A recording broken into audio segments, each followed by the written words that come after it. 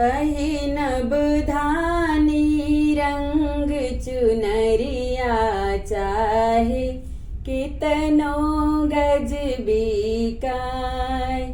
पहिनब धानी रंग चुनरिया चाहे कितनो गज बिकाय।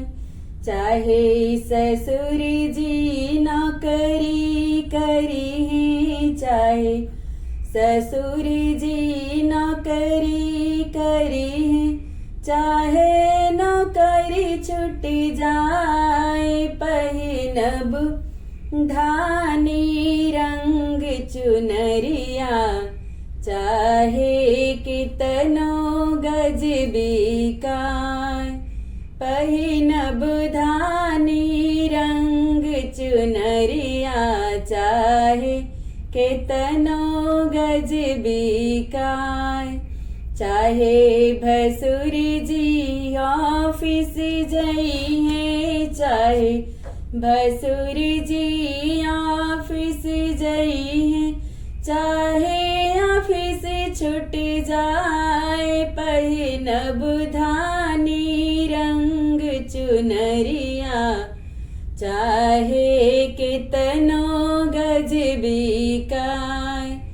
पहिनब धानी रंग चुनरिया चाहे कितनो गज बिकाय।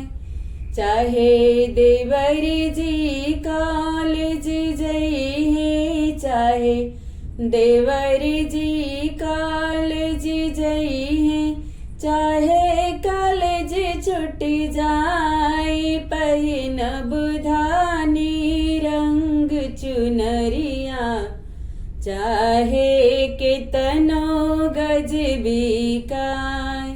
पहिनब धानी रंग चुनरिया चाहे कितनो गज बिकाय। पहिनब धानी रंग चुनरिया।